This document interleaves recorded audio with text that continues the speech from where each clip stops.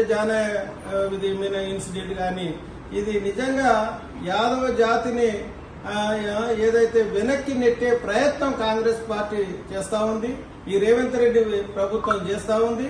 ఈరోజు రాష్ట్రంలో యాదవులను ఎదగనీయకుండా అడ్డుకొడుతున్నది రేవంత్ రెడ్డి ప్రభుత్వం.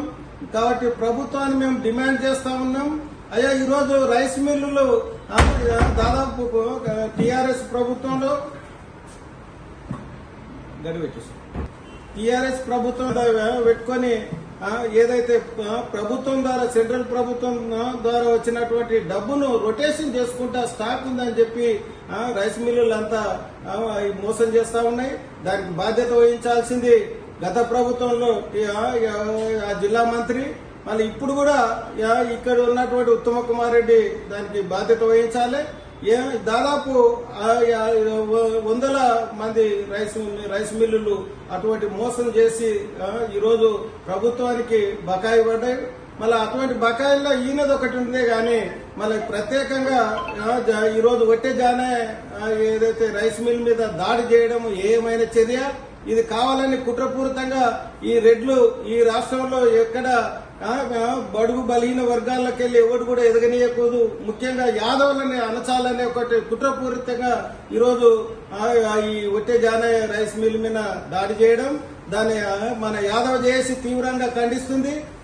ఈ రోజు రాష్ట్ర వ్యాప్తంగా మేము ప్రభుత్వానికి డిమాండ్ చేస్తా ఉన్నాం. రేవంత్ రెడ్డి గారు, మీరు న్యాయంగా పోండి. మీరు ఏదో తాత్కాలికంగా మేము రెడ్లము ఆధిపత్యం చేస్తామని అనుకుంటే మటుకు 2028లో మీకు సుక్కలు చూపించే ప్రయత్నం మేము యాదవ జేఏసీ చేస్తుందని కూడా ఈ సందర్భంగా తెలియజేస్తా ఉన్నాం. మేము గతంలో కూడా తెలుసు, యాదవులు దాల్చుకుంటే మళ్ళా ఏ ప్రభుత్వం కూడా బతికి బట్టగట్టలేదు. మళ్ళీ రేపు వచ్చేటువంటి కాంగ్రెస్ ప్రభుత్వానికి కూడా మళ్ళీ ఇదే గతి పడుతుంది. కాబట్టి ఈ రోజు మీరు రాష్ట్రంలో ఏదైతే ఒట్టే జానాయం మీద జరిగినటువంటి దాడిని మేము తీవ్రంగా ఖండిస్తున్నాం. మీరు నిజంగా రైస్ మిల్లులు అందరినీ మీటింగ్ పెట్టండి, రైస్ మిల్లు అసోసియేషన్ పిలవండి, ఏం జరిగిందో సాధక బాధకాలు వాళ్ళకి తెలుసుకోండి. మరి దాని మీద మీరు చర్యలు తీసుకోవాలి. కానీ ఒట్టే జానాయం యాదవ్ మీద చేయడం ఇది కేవలం కుట్రపూరితం అని కూడా యాదవ్ జేఏసీ భావిస్తుంది. దీన్ని మేము ముందుకు తీసుకుపోవాల్సిన అవసరం యాదవ్ జేఏసీలో ఉంది. మేము యాదవులను చైతన్యపరుస్తాం. ఖచ్చితంగా ఒట్టే జానయ్య యాదవ్ కు అండగా యాదవ్ జేఏసీ ఉంటుందని కూడా ఈ సందర్భంగా తెలియజేస్తా ఉన్నాం. అదేవిధంగా మొన్న ఈశ్వరమ్మ మీద జరిగిన దాడిలో చాలా అసలు శివచరణ్ రెడ్డి చేసినటువంటి ఉగ్ర భాష వల్లనే అవమానకరమైనటువంటి ఏదైతే అనుచిత భాషతో మాట్లాడడం వల్ల ఆమె ఆ ఇన్సిడెంట్ లో మళ్ళా అతనికే గన్మెన్లను ఇయ్యడం మీరు ఇది ఈరోజు థ్రెటనింగ్ ఎవరికి ఉందండి? థ్రెటనింగ్ ఎవరికి ఉంది? 80 ఏళ్ల పైన ఉన్నటువంటి మన ఒక మహిళ ఈశ్వరమ్మ యాదవ్ ఆమెకుంది. వాని వల్ల భయము. మళ్ళా ఈమెకు గన్మెన్లను ఇవ్వాలని కూడా యాదవ్ జేఏసీ డిమాండ్ చేస్తా ఉంది. ఖచ్చితంగా మళ్ళా ఈ వ్యవస్థలో నీ ప్రభుత్వంలో బడుగు బలహీన వర్గాలన్నిటిని అందరికీ దాడులు జరుగుతూ ఉంటాయి. దీన్ని ఎస్సీ ఎస్టీ బీసీ మైనార్టీ సోదరులు అందరం కూడా తీవ్రంగా మేము వ్యతిరేకిస్తున్నాం. ఈ ప్రభుత్వాన్ని మళ్ళీ ఇప్పుడైనా నువ్వు చొరవ తీసుకొని ఈ దీంట్లో న్యాయం చేయాలి. ఒట్టే జానయ్యకు, ఈశ్వరమ్మకు కూడా ఖచ్చితంగా ఆమె శివచరణ్ రెడ్డి మీద కేసు ఫైల్ కావాలి. అదేవిధంగా ఆమెకు గన్మెన్లను ఇవ్వాలని కూడా ఈ సందర్భంగా మేము డిమాండ్ చేస్తా ఉన్నాం. సో హైకోర్టు ఎన్నో సుమోటోగా తీసుకుంటుంది ఎన్నో కేసులు. మళ్ళీ ఇంత పెద్ద ఇన్సిడెంట్ జరిగితే కూడా ఈశ్వరమ్మ మీద ఇది వీడియోల ద్వారా కూడా బయటకు వస్తే కూడా మళ్ళీ ఈరోజు మేము హైకోర్టును కూడా కోరుతా ఉన్నాం.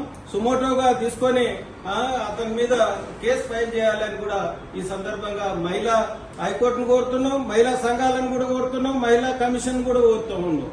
మళ్ళీ ఈ రకంగా యాదవులు కూడా అంత చైతన్యమైనరు. ఈరోజు ముందుకు పోయే పరిస్థితి ఉంది. యాదవుల ద్వారా 2028లో ఖచ్చితంగా ఈ రాష్ట్రంలో యాదవ ముఖ్యమంత్రి అయ్యే వరకు యాదవ జేఏసీ పనిచేస్తుందని కూడా ఈ సందర్భంగా తెలియజేస్తా ఉన్నాం. మళ్ళీ ఎక్కడ కూడా హైకోర్టులో కూడా చూస్తే ఈరోజు అడ్వకేట్ గా మా శ్రీనివాస్ యాదవ్ దాదాపు 20 సంవత్సరాల నుంచి సీనియర్ 30 సంవత్సరాల నుంచి పనిచేస్తున్నాడు. మళ్ళీ ఈ రోజు ఎందుకు 10 ఏళ్ళు చేసేటోళ్లకు తీసుకుపోయి జడ్జీలను ఇస్తుండవు, రికమెండేషన్ల మీద నడుస్తుంది. మళ్ళీ ఆ కుటుంబం ఎన్నో ఏళ్ల నుంచి పనిచేస్తుంది కాంగ్రెస్ పార్టీకి. మళ్ళీ ఈ రోజు అట్లాంటి వ్యక్తులు సీనియర్లకు మీరు జడ్జిగా నియమించాల్సిన అవసరం ఉంది. మీరు ఒక్క రెడ్డి సామాజిక వర్గానికే కాదు, మిగతా బీసీ సామాజిక వర్గానికి, ముఖ్యంగా యాదవ్ సామాజిక వర్గానికి సంబంధించినటువంటి వాళ్ళకు కూడా ఈ అవకాశాలు కల్పించాలి. కాబట్టి ఇంకా ఎన్ని రోజుల్లో అణిగిమణిగి ఉండే పరిస్థితి ఉండదు. ఈ రాష్ట్రంలో ఉన్నటువంటి యాదవులం చైతన్యం అయినాము, ఆలోచన చేస్తున్నాం, అన్ని గ్రూపులంతా ఏకమైతాం. మీరు ఏదైతే విడదీసి పరిపాలన చేయాలని చూస్తా ఉండరు, అది చాలా రోజుల్లో జరగదు. అటువంటిది మేమందరం ఏకమైన రోజు మీ పరిస్థితి ఏందో ఆలోచన చేసుకోమని కూడా ఈ సందర్భంగా తెలియజేస్తా ఉన్నాం. యాదవుల హక్కుల కోసం ఎన్నో పూటకో సంఘాలు మా దాంట్లో వెలుసుకుంటూ ఏదో అడకతినే సంఘాలు చాలా ఉన్నాయి.